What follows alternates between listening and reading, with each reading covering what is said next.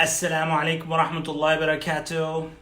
We'll get started in a few minutes, so if you're tuning in, say salam, where you're from.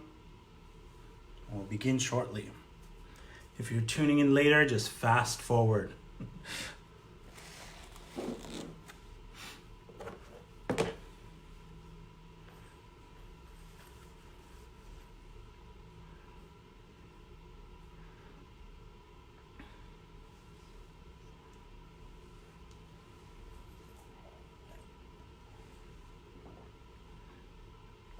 This is my right hand. This is my right hand.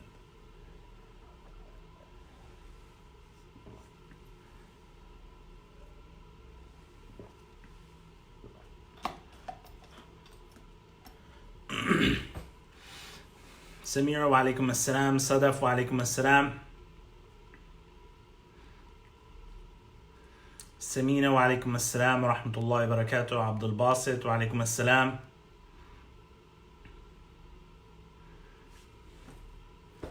Berivan wa alaikum assalam. Riyadh wa alaikum assalam. Naila, UK wa alaikum assalam. Aisha wa alaikum assalam. Shazia wa alaikum assalam. And Zainab wa alaikum assalam. Zahra wa alaikum assalam. All right, we passed our 5 salams. Alhamdulillah.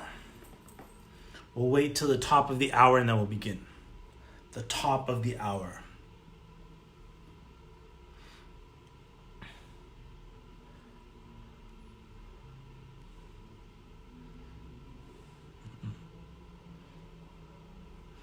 Ubaida wa alaikum assalam. Carol wa alaikum assalam. Nurul in Malaysia. What time is it in Malaysia right now?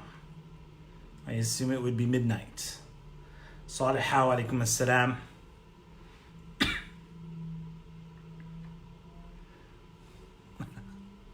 My top favorite shiukhs. Thank you. Thank you, Bervan.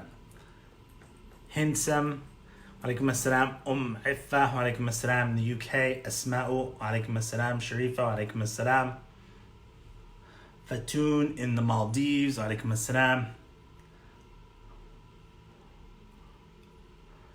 And yes, I have changed the time today.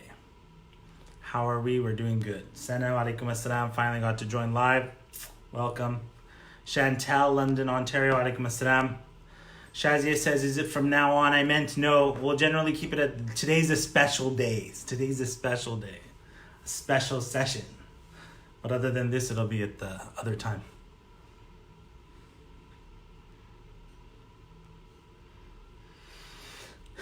Shehnaz in Mauritius, wa alaikum assalam. Fatima in Toronto, wa alaikum assalam. Selma, wa alaikum assalam. Janathara Chaudhry, wa alaikum assalam. Maria Iqbal, wa alaikum assalam. 12 a.m.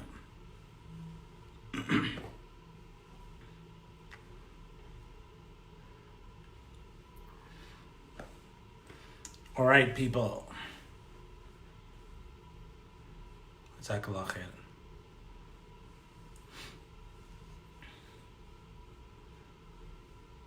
Top of the hour and we'll begin. Aminat in Ireland, wa alaikum assalam.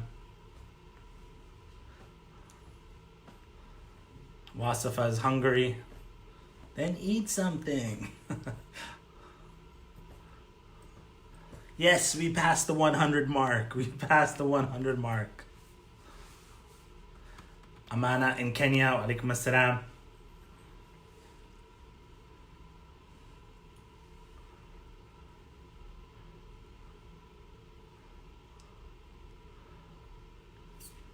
All right, we'll get started. Bismillah, alhamdulillah, salatu wassalamu ala rasulillah wa ala alihi wa sahbihi mawala, amma ba'd. Assalamu alaikum wa rahmatullahi wa barakatuh. Welcome to today's special session on thriving, time to thrive. To get started, there's an analogy that I just love. Like I saw it growing up and then I read about it and then it's become like a motto for me in my life. So after I finished from Medina University, I moved to Washington, D.C. I used to live in Maryland. And some of you might be here from Maryland back in those Al Huda Dar es Salaam days in Maryland. So Maryland is actually very swampy. It's a swamp type of atmosphere. It's very hot, very swampy. And so if you lay down concrete, like in the parking lots, the concrete will crack. The concrete will crack. And what you'll find is if you leave concrete out like that in a parking lot for years, plants will start to push through the concrete. And a plant, you would imagine, like, how can a plant, where did this plant come from? And where did the plant come from? And how was it able to crack concrete and come out? And so later on, I was reading a book. It was actually like a thriller book. And it was about a guy who was in this difficult situation. And then he said this term, it was the first time I heard it. He said, whatever the situation, bloom where planted. Bloom where planted. So bloom where planted, what that means is that a seed, wherever it lands or whatever situation it finds itself in, and now let's look at some situations that a seed finds itself. A seed might find itself under concrete. A seed might find itself on the side of a rocky mountain. A seed might find itself, anywhere in the world. There's so many locations that the seed, it's a very difficult location sometimes the seeds land on other trees. No matter where the seed lands, the seed will always thrive to bloom. Whether it's concrete or the side of a mountain or anywhere it is, that seed will thrive and it will bloom whatever the situation it is. Now there's a statement, and you may have heard this statement people have said before, that and it's kind of related to people who don't like their job or don't like their living conditions. They say, if you don't like where you are, then move. You're not a tree. If you don't like where you are, then move. Get up and move. You're not a tree. You're not stuck to the ground. Which is really interesting right now because we can't move. We're in isolation. We're closed doors. We've got the concrete around us now. Correct? And so if you don't like your situation, get up and move. You're not a tree. So what the situation is now is, we are trees. And we can't move, and we're in isolation. So let's go back. Let's go back to this thought, and that a seed and a tree blooms wherever it's planted. How can we bloom wherever we're planted? So I'm not talking about, hey, you're in isolation, you're in a house, you're in a home, and you're closed, and the kids are home from school, and businesses are shutting down. Maybe your own business is shut down, or people losing jobs. How do you not only manage that or have patience with it, but go to the next level where you're actually blooming, where the situation makes you stronger, where you're actually thriving? And a lot of people, subhanAllah, when I look through history in the past 100 years, as we're looking at the world wars and the recessions that happened, when you hear success stories, it's people that bloomed during these times. It's people that bloomed during these times, and I started researching about that right now. It's like, what did they do to bloom? So now we're talking about in your homes or wherever you're self-isolating, you have habits that normally on normal days, kids go to school and you're leaving the house and you have certain habits throughout the day. And because of the self-isolations, these habits have disappeared. So the routine has just collapsed because of habits. So that's number one thing that you need to focus on, is your habits have mostly been negated. And that's why when people are traveling, things go out of whack for them because their habits and their routines have been shot. Now you're living in this isolation period. May Allah protect everybody. You're living this isolation period, and now your habits have also been shot. So the first thing you need to do to get back on track and to start to thrive is build up new habits. Just kind of like snap yourself out of what the situation is. Tell yourself it's time to thrive, and you start building up new habits. What are the new habits that you're going to implement? The next thing that we tell ourselves that we're going to we're going to be patient, and we're going to handle, and we're going to love everybody, whatnot. But we all know that our nerves start to get tighter and tighter and tighter until they snap. Maybe yours have snapped a long time ago, and maybe others a lot. And I hope you haven't snapped yet. But you try to be upbeat, but the nerves start snapping, whether it's closed or there's fear or there's mental. When it came to Hajj, in the olden days, when people would travel for Hajj was very much a test of the physical in the past. So there would be long journeys, people could get sick, people could die on the journeys, there might be thieves in the middle of the desert somewhere when people would travel. But then as Hajj became easier and easier and easier in airplanes, and you can just come in and you could just arrive into Mecca and just get everything done and go. I noticed as the years and Hajj became easier and easier for people, Hajj became a mental game. Not a game, but a mental test.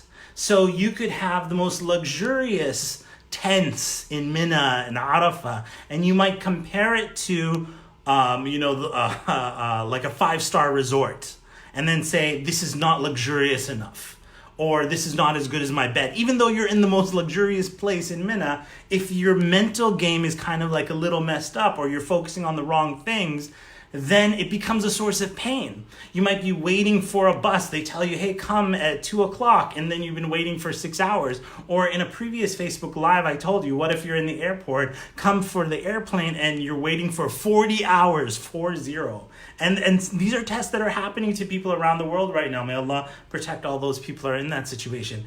And so the test has become a mental test. So we have, alhamdulillah, shelter, we have food, we have drink, we have medications, we have people taking care of us, and yet we're still kind of, our nerves are getting tighter, and we're kind of like breaking down because it's still a mental game. It's a mental issue, and how do we thrive in that situation? How do we, just like we go to the gym for our physical body, how do we go to a gym for our mental muscles? Using the Quran and Sunnah and the guidance of Allah and His Messenger, sallallahu alaihi wasallam. The other thing that we find ourselves in is concentration. I've been, I read a lot of books, alhamdulillah, but these past days, even though there's more time, I'm reading less. Even though there's more time, I'm reading less, and I find myself, and I start asking other people, are you guys also reading less?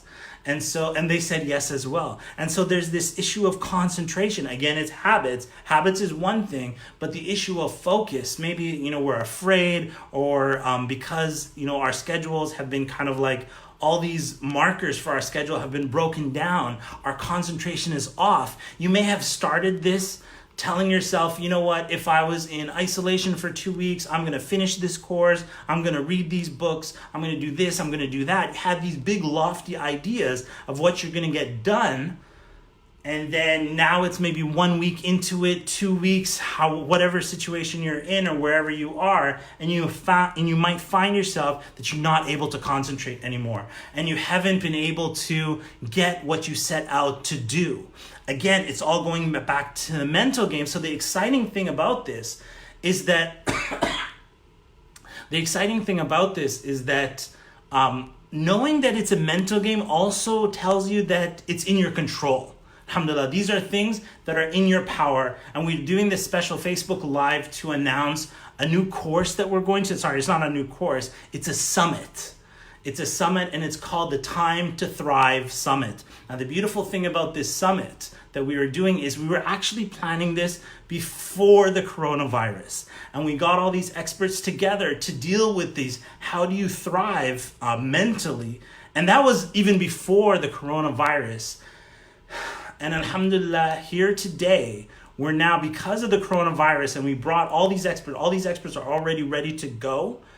We've changed the topic to deal directly for a Muslim in isolation, what they're dealing with, and how do you thrive in the situation that you're in. And so let me tell you about the speakers that we have ready for you, inshallah ta'ala. Number one, we have Sister Dalia Mujahid, who's going to be in the summit. She's going to be speaking about confidence and courage in times of leadership. So now, whether you're in business or in your family, you've heard this statement, you've heard people say it online, now's the time to lead. And usually those statements are said to somebody else. But we are all in situations where we need to lead, where we need to, whether it's leading our family or whether we have employees or businesses or whatever the situation, or maybe in your schooling or in your masajid, how do you lead with a strong heart? And that's the topic that Sister Dalia Mujahid is going to be dealing with, inshallah ta'ala. We've got Sheikh Yahya Ibrahim with us in this Time to Thrive Summit. Sheikh Yahya Ibrahim is going to be speaking about how the Prophet ﷺ taught us about mental well-being, that how do you win that game? That's Sheikh Yahya Ibrahim. We have Sister Asma Hussein, who's going to be talking about how do you worship Allah? How do you take your worship to the next level, even though the masajid are closed? And as the masajid, they're closed now, and maybe or maybe not, you haven't felt it. But when Ramadan comes along, may Allah protect us, inshallah ta'ala, hopefully the masajid will be open and things will be cleared by that, but maybe not. And so you have to prepare from now. How am I going to take my ibadah to the next level? What if I'm worshiping Allah subhanahu wa ta'ala in Ramadan alone at home or with family? And that's what Sister Asma is going to be talking about. How do you deal with worship with masajid closure? We have Sheikh Dawood Walid, who deals with community in care. And he's going to be talking about even though the community is distant, how do you have community compassion? How do you have community compassion even with the social distancing? Now, and it's physical distancing, but how do you do that? Everybody said, oh, you know what? Have a Zoom call with some friends.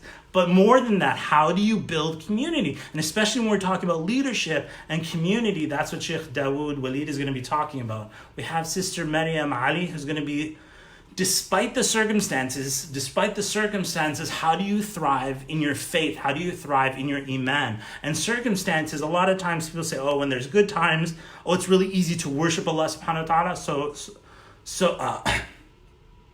But what if the hard times come along? What if the big tests come along? How do you thrive in your connection with Allah subhanahu wa ta'ala regardless of the circumstances? That's what Sheikh Maryam Ali is going to be speaking about. We have Sheikh Mikael Smith. And Sheikh Mikael Smith is going to be talking about being emotionally resilient. And Sheikh Mikael Smith, when we did the marriage event, if you guys heard about the marriage that led to Jannah, mashallah, one of our best speakers there and here, he's coming to present on how to be emotionally resilient during these times. And one thing, before I tell you about some of the other speakers for this Discover You Summit, one of the beautiful things is that you may hear talks online, but they're not often done by Muslims. And they may talk about, hey, we need to be, checking on our neighbors and bringing brigade. But what about the Muslims? What about the experts in our community? What are they telling us? What does the Quran and Sunnah tells us? What is the guidance of Allah subhanahu wa ta'ala and His Messenger? What are the experts from our own community teaching? And that's what this summit is going to be about, Time to Thrive. The other speakers that we got Dr. Rania Awan, who's going to be speaking about healing trauma with faith. Healing trauma with faith. May Allah subhanahu wa ta'ala protect us, because even as we're isolated at home, maybe other trauma is being triggered during this time. I don't know what the situation is, but you know what I'm talking about. Traumas are being triggered by being in an enclosed space, maybe with people you love or maybe people you don't love as much. Yeah, healing trauma with faith. Sister Manahil Begawala is going to be speaking about stress and burnout. So stress and burnout, I think, is the topic of the hour. We said we would go into this isolation where we're all upbeat and everything good, and then that stress starts building in. Maybe kids are home. Kids that normally are outside the house for many hours of the day are now in the home, and you're burnt out, and you're not getting the sleep, and the kid's schedule is up and down. How do you deal with that? Sister Manahil is going to be speaking about that. And finally, our final speaker for the summit is going to be Muhammad Ash-Sharif. Yay! Everybody, I need a clap for that. Sheikh Muhammad al-Sharif, mashallah, tabarakallah, is going to be speaking about the Master Your Emotions Toolkit. A Master Your Emotions Toolkit. One thing that you might not know, this Discover You and the programs that we do, I actually started it in 2005. So we've been going on for 15 years, and one of the very first programs that I did was called Master Your Emotions. One of the very first programs that I did, the very first workshops, it was maybe like 2006 or something like that. Master Your Emotions. And this has been a topic that's been on my mind leading my whole life, like from my whole life. And I'm so excited to be sharing with you guys the toolkits that I use myself whenever my mind starts to go up and down and starts doing wild things. What's the toolkit that I apply to master your emotions? So this is going to be the Time to Thrive Summit. Inshallah ta'ala, I hope you'll see that we've got an amazing collection of speakers and we've got amazing topics that are going to be right on point with what you're dealing with right now. Right on point. These are the conversations that you're having in your mind. These are the issues that are happening in your homes, in your isolations, and we're dealing with it right now, inshallah ta'ala. I want to end off with a verse. Allah subhanahu wa ta'ala says in the Quran, let me drink some water before people comment on my cough.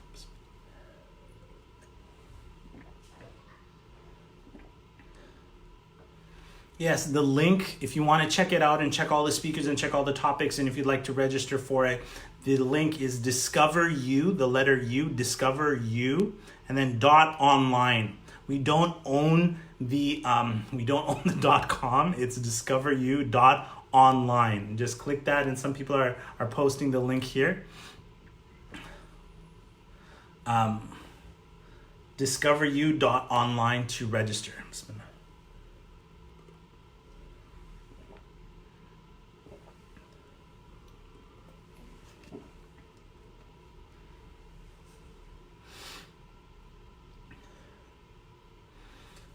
All right. Allah subhanahu wa ta'ala says in the Quran, الله الذي أرسل الرياح فتثير سحابا فسقناه إلى بلد ميت فأحيينا به الأرض بعد موتها كذلك النشور. In this verse, Allah subhanahu wa ta'ala says, and remember, it is God who sends forth the winds so that they raise a cloud, whereupon we drive it towards dead land, and thereby give life to the earth after it had been lifeless. Even thus shall resurrection be. I'm going to explain the translation even, because usually when you read the translation, people don't understand what that English just said. So, Allahu alladhi arsala riyah. So this verse is saying, Allah is the one who sends the winds. Allahu alladhi arsala riyaha fatuthiru sahaba. So the winds come, and then the winds push forth a cloud. Okay? Allah sends the wind, and the wind pushes up a cloud. فَسُقْنَاهُ إِلَى بَلَدٍ مَيِّتٍ. And then Allah subhanahu wa ta'ala drives those clouds to a land that is dead. إِلَى بَلَدٍ مَيِّتٍ فَأَحْيَيْنَا بِهِ الْأَرْضَ بَعْدَ مَوْتِهَا. And after that, the rain comes down and it resurrects the land after it had died. كَذَلِكَ النُّشُورُ. And similarly, this is how Allah subhanahu wa ta'ala will resurrect us. Now, there are two seasons. There are two seasons where I noticed this. One is cherry blossom season, and the other is just back to Maryland grass, the green grass. In Maryland, there will be a hot day. You know, the grass is all green, it's all nice, everything's great in the summertime. And then there's a hot day in which it's just so hot. You got to sit inside, turn the ACs on full blast. And when you look outside the next day, all the land is dead. All the land is dead. It's just yellow and scorched. It's dead. That's the That's just a hot summer's day. And I'm like, all this grass, it worked so hard to grow, and now it's dead. And the cherry blossom season, what's really beautiful about the Japanese and how much they love cherry blossom, and alhamdulillah, I had the opportunity to be in Japan a few years ago. And when I was there, in Japan, right before my trip came to an end, the cherry blossom season started. And I got to experience the cherry blossoms. They love cherry. You guys know cherry blossoms in Japan, how much they love it. And what's so beautiful about the cherry blossom and why it's so revered in Japan, and that is because cherry blossoms, they grow and they're so beautiful. It's such beauty. And within 1 week or 2 weeks, a hot summer day, all the cherry blossoms will be dead. They will all die. And as the Japanese say, that it reminds them, they appreciate the beauty of Allah subhanahu wa ta'ala, and it's also a reminder of how fleeting the dunya is. That it's only beauty for a moment and then it passes. Now, Allah subhanahu wa ta'ala says in this verse that even when the land is dead, Allah subhanahu wa ta'ala is the one who sends the rain and brings that earth back to life. So even though we say the cherry blossoms are dead, we know a time will come where they will rise again. And even though we say the grass has died, the time will come, the rains will come, and the grass will come back to life. And so as we're talking about this analogy of a tree and blossom, just because I said, bloom where you're planted, doesn't mean that seed is not going to have a struggle. The seed that's on the side of a mountain, the seed that's under the concrete, doesn't mean that there's not going to be a struggle. There will be a struggle. There might even be that, that lifeless. But just like Allah subhanahu wa ta'ala can bring the rain for those plants and those trees and bring it back to life, so can Allah subhanahu wa ta'ala bring us guidance to help us to thrive during these times, inshallah ta'ala. Jazakallah khairan. I encourage you to check it out, discoveryou.online, and that'll be the whole summit, inshallah ta'ala. We are opening it up right now. If you'd like to register, please check it out. Every topic that we're doing is going to be directly applicable to the situation that you have. We have this amazing lineup of speakers and professionals. Some you may know and some you may not know. And the reason that we have them is because we've been planning this before the coronavirus happens. Alhamdulillah, we're able to change the topic a little bit so that it can directly help you with what you need at the moment right now, inshallah ta'ala. So the website is discoveryou.online. Assalamu alaikum wa rahmatullahi wa barakatuh. See you there.